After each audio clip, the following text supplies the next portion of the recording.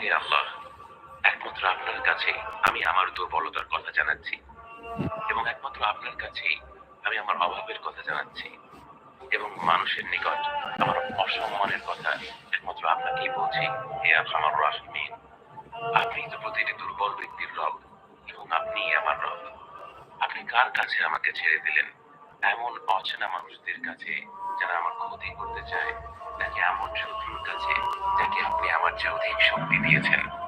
হে আল্লাহ, যদি আপনি আমার উপর রাগ না করে থাকেন তাহলে এর কিছুতেই আমার কিছু আসে যায় না। কিন্তু আপনার আশ্রয় পেলে আমার পরিস্থিতি আরেকটু সহনীয় হবে। হে আল্লাহ, আমি আপনার চেহারার নূরের কাছে আশ্রয় চাই, যা সব অন্ধকারকে উজ্জ্বল করে দিয়েছে, যা দুনিয়া এবং আখিরাতের সব বিষয়ের সংশোধক। আল্লাহ, আপনার রাগ এবং অসন্তুষ্টি থেকে আমি রেহাই চাই। আল্লাহ, এই সব কাজই শুধু আপনাকে খুশি করার জন্য করা এবং আপনি ছাড়া কোনো শক্তি নেই, কোনো ক্ষমতা নেই।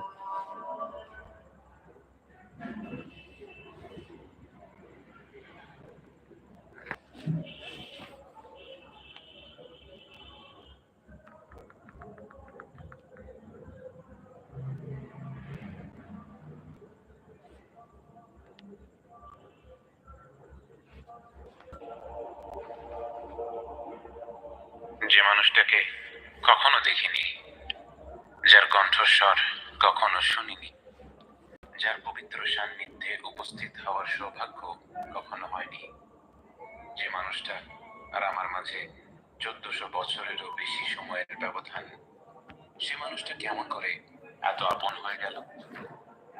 যারা বোঝে না 21 শতাব্দীতে বসবাস করা শত শত কোটি মানুষ মধ্যযুগের আরব সমাজের একজন ব্যক্তির প্রতি এত টান অনুভব করে কিভাবে, তাদের কেমন করে বোঝাবো ইয়া রাসূলুল্লাহ, আপনাকে কেন এত ভালোবাসি? আপনার স্মরণে আজ শত কোটি অন্তর ভালোবাসায় ভরে ওঠে। প্রতিটি মুহূর্তে পৃথিবীর কোনো না কোনো অঞ্চলে উচ্চারিত হয় আপনার প্রশংসা। অথচ আপনি যখন পৃথিবীর বুকে আলোকরশ্মি ছড়িয়ে ভূমিষ্ঠ হলেন, তখন আপাত দৃষ্টিতে আপনি ছিলেন অনেকটাই নিঃসঙ্গ, অসহায়। জন্মের আগেই বাবা আব্দুল্লাহ ফিরে গেলেন আল্লাহর কাছে। বয়স 6 হতে না হতেই হারালেন মা আমিনাকে। তখনও নিষ্পাপ শিশুটি বুঝতে পারছিল না যে মাকে কেন্দ্র করেই জীবনের সবকিছু। সেই মা চলে যাওয়ার মানে কি?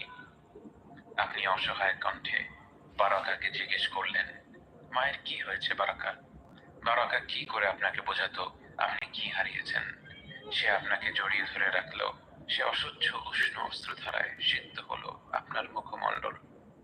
বাবা মারা যাওয়ার পর থেকে যে দাদা আপনার দায়িত্ব নিয়ে, সে আব্দুল মুত্তালিবও ইন্তেকাল করলেন বছর খানেক পর।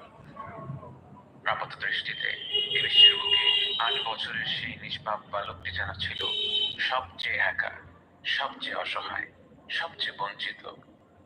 বাস্তবে আপনার রব আপনার জন্য প্রস্তুত করে রেখেছিলেন এমন এক বিস্ময়কর অভিযান, যার দীপ্ত প্রভা স্থানকালের বাধা ছেদ করে ছড়িয়ে পড়বে সর্বত্র।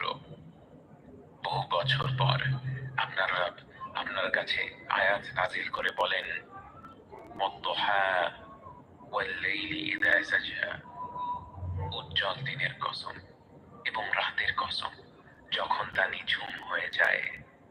মা ওয়াদ্দাআকা রাব্বুকা ওয়া মা ক্বালা, তোমার রব তোমাকে কখনো পরিত্যাগ করেননি এবং তোমার প্রতি অসন্তুষ্ট হননি। ওয়ালাল আখিরাতু খায়রুল লাকা মিনাল উলা, নিঃসন্দেহে তোমার জন্য পরবর্তী যুগ পূর্ববর্তী যুগের চেয়ে ভালো।